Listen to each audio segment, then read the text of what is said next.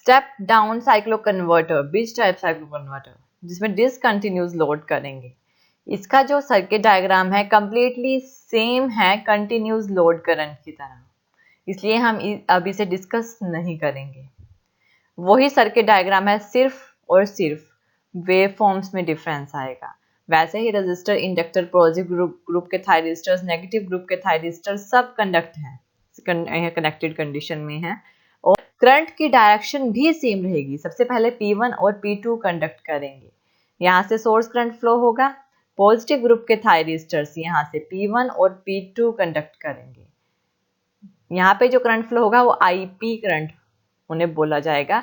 P1 से inductor, inductor से register, register से P2 और देन B और अगेन सोर्स, इस तरह से करंट फ्लो होगा। अब देखेंगे कि हमारे पास वेव को इनपुट ये रहे, आउटपुट ये हमारी आउटपुट हम अब देखेंगे। देखिए ये जो हमने किया है ये कंप्लीटली वही है जो हमने कंटिन्यूस करंट में किया था, लोड करंट में किया था। अब हम देखेंगे डिसकंटिन्यू, इसमें हम डिसकंटिन्यू कर रहे हैं, तो इसमें हम देखेंगे कि इसमें वेव फॉर्म्स में क्या डिफरेंस आएगा।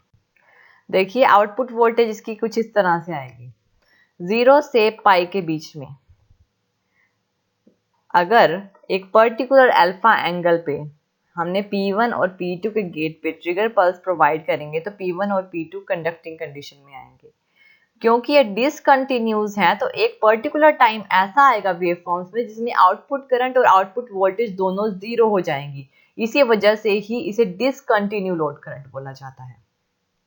सर्किट डायग्राम वही रहेगा, करंट की डायरेक्शन वही रहेगी, कंडक्शन वही रहेगी, वेव फॉर्म्स में डिफरेंस आएगा, सिर्फ और सिर्फ वेव फॉर्म्स में डिफरेंस। अब जो आउटपुट वेव है कुछ इस तरह से बनेगी। ये है अल्फा एंगल, इस पॉइंट से इस पॉइंट के बीच में। जैसे ही अल्फा एंगल पे ट्रिगर पल्स आई तो आउटपुट वोल्टेज प्रोड्यूस होना स्टार्ट हो गई। क्योंकि लोड के अक्रॉस रजिस्टर और इंडक्टर कनेक्टेड है तो आउटपुट करंट हमारा कुछ इस तरह से आएगा। इस टाइम पे P1 और P2 इस पॉइंट से कंडक्ट करना स्टार्ट करेंगे। जैसे ही P1 और P2 कंडक्ट करेंगे तो आउटपुट करंट इंक्रीज करना स्टार्ट कर देगा। लेकिन जैसे ही आउटपुट वोल्टेज क्या हुई, यहाँ पे 0 हुई, तो आउटपुट करंट क्या मैक्सिमम पोजीशन पे होगा। आउटपुट करंट इस टाइम पे 0 नहीं होगा। लेकिन इस पॉइंट से पहले देखिए, इस इतने ड्यूरेशन में आउटपुट वोल्टेज भी 0 है, आउटपुट करंट भी 0 है। और इससे ये जो वाली कंडीशन है, ये वाली कंडीशन जिसमें आउटपुट करंट रिवर्स में है, वोल्टेज भी रिवर्स में है, ये हम इसके नेक्स्ट स्टेप में देखते हैं कि कैसे आई है। अब देखेंगे कि हमने P1 और P2 की कंडक्शन की, अब P3 और P4 की कंडक्शन देखें। इस टाइम पे क्या होगा, ये वाला पॉइंट पॉजिटिव होगा या नेगेटिव होगा। अब यहाँ से करंट फ्लो होना स्टार्ट होगा और P3 और P4 इस टाइम पे कंडक्टिंग कंडीशन में रहेंगे। P3 से इंडक्टर, इंडक्टर से रजिस्टर, इंडक्टर रजिस्टर से P4 और P4 से A से अगेन सोर्स, इस तरह से करंट फ्लो होगा। और इसकी वेवफॉर्म अगर हम देखें तो ये कुछ इस तरह से आएंगी। ये कैसे आई हैं, देखिए जब आउटपुट वोल्टेज P1 और P2 कंडक्ट कर रहे थे, आउटपुट वोल्टेज 0 थी लेकिन आउटपुट करंट मैक्सिमम पोजीशन पे था। जैसे ही पाई से 2 पाई पे नेगेटिव साइकिल आई तो आउटपुट करंट ने डिक्रीज करना स्टार्ट कर दिया। लेकिन अगर आउटपुट करंट 0 नहीं है तो आउटपुट वोल्टेज 0 नहीं होगी। जैसे ही आउटपुट करंट डिक्रीज हुआ तो आउटपुट करंट वोल्टेज रिवर्स में चली गई। और जब आउटपुट करंट 0 पे आएगा तो आउटपुट वोल्टेज भी यहाँ 0 हो जाएगी। और ये तब तक 0 रहेगी जब तक कि हमारे नेक्स्ट थायरिस्टर P3 और P4 के गेट पे ट्रिगर पल्स नहीं आती। जैसे ही उनके गेट पे ट्रिगर पल्स आएगी, आउटपुट वोल्टेज प्रोड्यूस होना स्टार्ट हो जाएगी और आउटपुट करंट इस पॉइंट के बाद, इतने ड्यूरेशन में वो 0 रहेगा, इस पॉइंट के बाद अगेन इंक्रीज करना स्टार्ट कर देगा।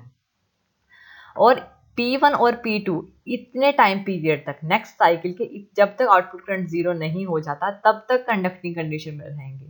और ये जो पॉइंट होगा उसे बीटा से डिनोट करेंगे। और ये वाला एंगल होगा पाई से ये वाला इस पॉइंट तक, ये इसको अल्फा से डिनोट करेंगे। बीटा पॉइंट पाई से ज़्यादा और पाई प्लस अल्फा से कम, यानी इन दोनों के बीच में होगा। और इतने ड्यूरेशन में आउटपुट करंट और आउटपुट वोल्टेज क्या रहेगी, 0 रहेगी। सेम कंडीशन यहाँ पे आई थी, यहाँ पे, और सेम कंडीशन यहाँ पे आई है, सेम यही कंडीशन लास्ट में थी। अब क्या होगा, अगेन P1 और P2 कंडक्ट करेंगे। और देखिए अगेन फिर P1 P2 कंडक्ट करेंगे, फिर P3 P4 कंडक्ट करेंगे। आउटपुट करंट ऐसे ही इंक्रीज करेगा और डिक्रीज करेगा, और एक पर्टिकुलर टाइम के लिए आउटपुट वोल्टेज और आउटपुट करंट दोनों क्या हो जाएंगे, जीरो होंगे। इसी वजह से ही इसे डिसकंटिन्यू लोड करंट बोला जाता है। ये पर्टिकुलर टाइम के लिए जीरो हो जाते हैं। अब देखते हैं कि हमने ये इसको देखिए, हम P1 P2 और P3 P4 को वन टाइम में ही क्यों कंडक्ट करवाते हैं, यानी एक पेयर को यहाँ कंडक्ट करा लिया, दूसरे को यहाँ करा लिया, फिर P1 P2 को फिर P3 P4 ऐसे इसलिए करवाया है ताकि हमने स्टेप डाउन करना है। हम 1/4 फ्रीक्वेंसी को यूज करेंगे। अगर हमारे पास क्वेश्चन होता है कि 1/3 फ्रीक्वेंसी को यूज करना है तो हम ये वाली वेव फॉर्म नहीं लेते, हम 1/4 को यूज कर रहे हैं तो ये वाली वेव फॉर्म लेंगे, 4 वेव फॉर्म्स लेंगे, पॉजिटिव नेगेटिव। अब हम देखेंगे नेगेटिव कन्वर्टर यानी नेगेटिव ग्रुप के थायरिस्टर्स के साथ। अब N3 और N4 कंडक्ट करेंगे। देखिए अब यहाँ से N3 और N4 कंडक्ट करेंगे। यहाँ से N3 पे N3 कंडक्टिंग कंडीशन में, N3 से रजिस्टर से इंडक्टर से N4 और N4 से अगेन यहाँ से सोर्स की तरफ, इस तरह से N3 और N4 कंडक्ट करेंगे। आउटपुट वोल्टेज क्या होगी, नेगेटिव में हो जाएगी, रिवर्स में। पहले करंट इस डायरेक्शन में फ्लो हो रहा था, अब इस डायरेक्शन में फ्लो हो रहा है, आउटपुट वोल्टेज भी क्या हो गई, रिवर्स हो गई। तो हमारे पास यहाँ पे जो वेवफॉर्म्स होंगी वो कुछ इस तरह से होंगी, रिवर्स में। इतनी ड्यूरेशन में देखिए, इतनी ड्यूरेशन तक P1 P2 कंडक्ट कर रहे थे, P3 P4 again P1 P2, इसमें P3 P4 अगेन कंडक्ट कर रहे थे। P3 P4 इस पॉइंट तक कंडक्ट करते रहेंगे जब तक आउटपुट करंट जीरो नहीं हो जाता। जैसे ही आउटपुट करंट जीरो होगा, आउटपुट करंट जीरो होगा, आउटपुट वोल्टेज भी जीरो होगी, और एक अल्फा एंगल पर जैसे ही ट्रिगर पल्स मिलेगी N3 और N4 को, ये कंडक्टिंग कंडीशन में आ जाएंगे और आउटपुट वोल्टेज क्या है, रिवर्स में है, और इसलिए इसकी जो वेव है वो रिवर्स में बनी है। आउटपुट करंट भी इस टाइम पे रिवर्स में होगा। देखिए करंट भी इस टाइम में रिवर्स में होगा। अब N3 और N4 N4 के बाद कौन से थायरिस्टर्स कंडक्ट करेंगे, N1 और N2। अब N1 और N2 यहाँ से करंट फ्लो होगा इस डायरेक्शन में, यहाँ से इस पॉइंट पे, इस पॉइंट से N1 से रजिस्टर इंडक्टर से N2 से ये पॉइंट, और अगेन बैक सोर्स। इस तरह से करंट फ्लो होगा। ये आप पहले भी कर चुके हैं। देखिए N1 और देन रजिस्टर इंडक्टर और N2 से अगेन बैक टू सोर्स, इस तरह से। और इसकी वेव फॉर्म्स क्या रहेंगी, ये भी रिवर्स में रहेगा, आउटपुट वोल्टेज रिवर्स। देखिए ये भी रिवर्स में होगी। N3 और N4 यहाँ तक कंडक्ट करेंगे जब आउटपुट वोल्टेज जीरो होगी, लेकिन आउटपुट करंट रिवर्स में मैक्सिमम होगा। जब वो जीरो पे आना स्टार्ट करेगा नेक्स्ट साइकिल में, तो आउटपुट वोल्टेज पॉजिटिव में चली जाएगी। जैसे ही आउटपुट करंट जीरो पे आएगा, आउटपुट वोल्टेज भी जीरो पे आएगी और आउटपुट करंट भी जीरो हो जाएगा। और अल्फा एंगल पे जैसे ही N1 और N2 गेट पे ट्रिगर पल्स आएगी और वो कंडक्टिंग कंडीशन में आ जाएंगे और आउटपुट करंट अगेन रिवर्स में रहेगा। फिर से वही प्रोसेस N3 और N4 कंडक्ट करेंगे और फिर N1 और N2 कंडक्ट करेंगे। अब देखिए, अब आया है हमारे पास मेन स्टेप, आउटपुट वोल्टेज। हमारे पास मेन आउटपुट वोल्टेज क्या आई है, ये वाली आई है।